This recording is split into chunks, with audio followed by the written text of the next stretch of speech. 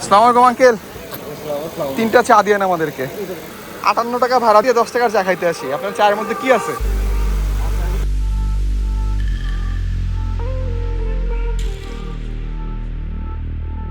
$10 চা খেতে যাতায়াত খরচ 58 টাকা। আজকে 21শে মে, আন্তর্জাতিক চা দিবস।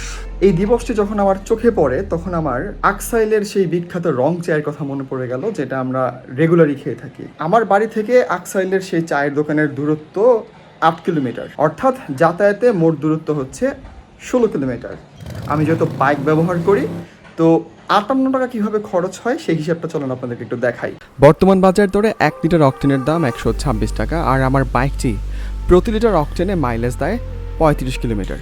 সুতরাং 1 কিলোমিটার পথ যেতে খরচ হয় 3 টাকা 60 পয়সা। আমার বাসা থেকে চায়ের দোকানের দূরত্ব মোট 16 কিলোমিটার, সুতরাং 16 কিলোমিটার পথ যেতে খরচ হয় 57 টাকা 60 পয়সা বা 58 টাকা। এখন আপনাদের মনে প্রশ্ন আসতে পারে, সেই চায়ের মধ্যে কি এমন অমৃত আছে যে আমি 10 টাকার চায়ের জন্য 58 টাকা গাড়ি ভাড়া দিয়ে সেখানে চা খেতে যাই? এই প্রশ্নের উত্তরটা সেখানে গেলেই বুঝতে পারবেন। সো চলেন সেদিকে যাওয়া যাক।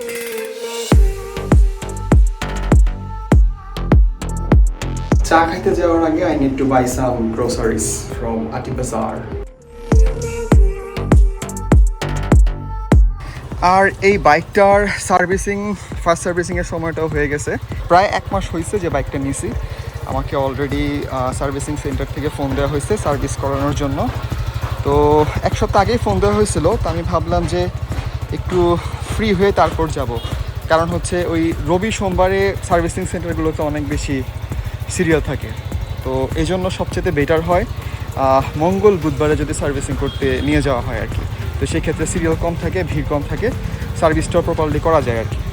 সো দেখি আগামীকাল হয়তো বা সার্ভিসিং করতে নিয়ে যাবো এটাকে।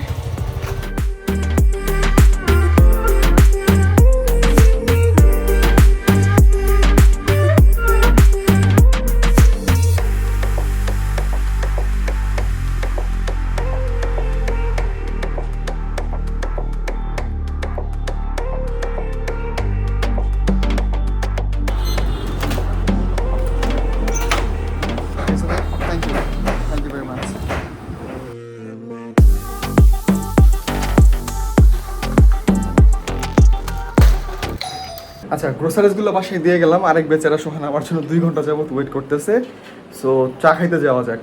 তোমার সবচেয়ে বেস্ট রং চা এই কেরানীগঞ্জের ভেতর কোনটা মনে হয়? যতগুলো খাইছি আকসাইলেরটা ইউনিক। এটা হচ্ছে ভেষজ অনেক কিছু থাকে, মশলা টশলা দিয়ে হচ্ছে মিক্স করে বানায়। আই থিঙ্ক এটা ওয়ান অফ দ্য বেস্ট। আর এর মধ্যে সাগর ফোন দিছে সোহান তোমাকে, যখন আমি নক দিলাম হোয়াটসঅ্যাপে, সাগরের মধ্যে ফোন দিছে। সাগর বললো যে ভাই আমি বের হইতেছি, আপনারা একটু ওয়েট করেন। তো আমি বললাম যে মাঠের এখানে চলে আসো, সোহান এখানে আছে, তুমি আসলে আমরা একসঙ্গে যাব। সে চাঁদ বদনখানা পৌঁছে গেছে Zubair Hasan Sagar, the chief content creator of Dhaka Canvas, the acting chief content creator of Dhaka Canvas. তোমার জন্য অলরেডি ওয়েট করতেছি, আর তুমি এসে বলতেছো আরো ওয়েট করতে। কি কাটমাট, চলো ব্যাপার বল না ভাই।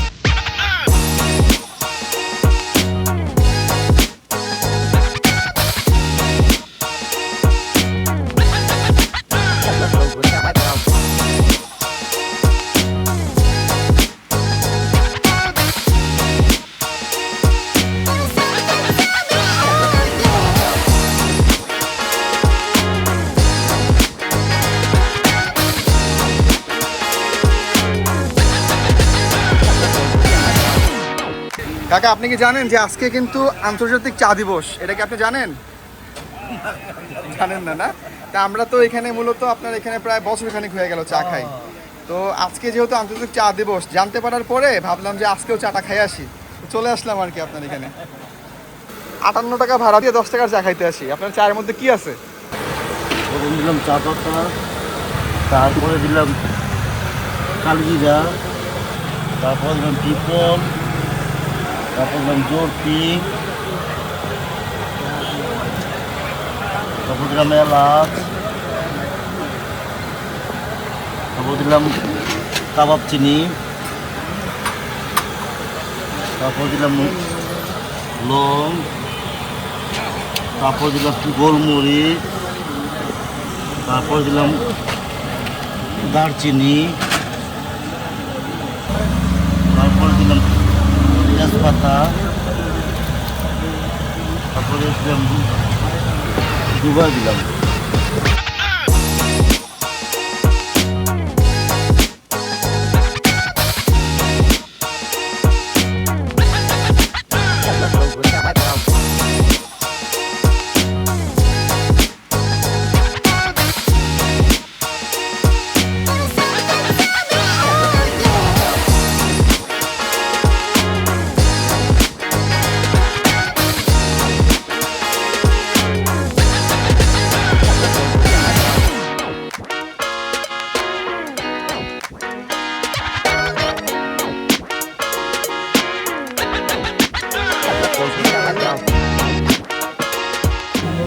এই সেই 10 টাকার চা যেটা খেতে আসলে 58 টাকা খরচ হয়।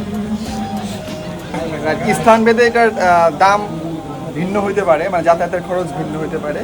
আমরা বাইকে আসি, যার কারণে একটা কস্টিং হিসাব করছি, হিসাব করে দেখছি যে এই 10 টাকার চা খাওয়ার জন্য আমাদের 58 টাকা খরচ হয়।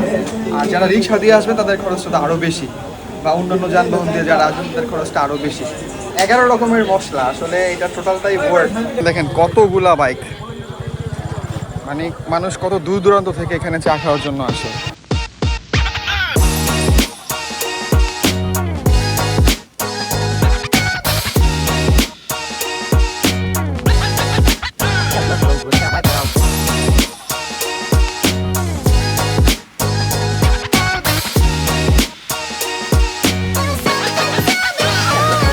ওকে, সো আমরা এলাকায় ব্যাক করলাম।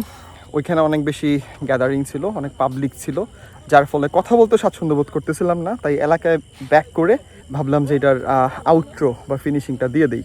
তো মূলত যেই ব্যাপারটা এখানে বলা বাকি আছে সেটা হলো যে দেখেন, উনি 11 রকমের মশলা দিয়ে সাথে একটা ওয়ান টাইম কাপ দিয়ে এইটার প্রাইস রাখে মাত্র 10 টাকা।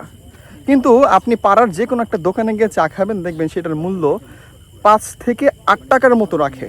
তা আমার কাছে মনে হয় ওনার এই চাটা এইটা আরেকটু বেশি মূল্যে উনি চাইলে বিক্রি করতে পারতেন। হয়তোবা এই মূল্যের জন্যই উনি যেরকম ভ্যালু প্রোভাইড করে, এজন্যই হয়তোবা ওনার এখানে কাস্টমার অনেক বেশি থাকে, যেটা হচ্ছে কি আপনি অন্য কোথাও গেলে পাবেন না। আমার মনে হয় যে শহরের যে কোনো জায়গাতে আপনি যদি গিয়ে এরকম একটা চা আপনি খেতে চান, সেক্ষেত্রে আপনাকে এর চেয়ে 2 গুণ 3 গুণ মূল্য পরিশোধ করে খেতে হবে।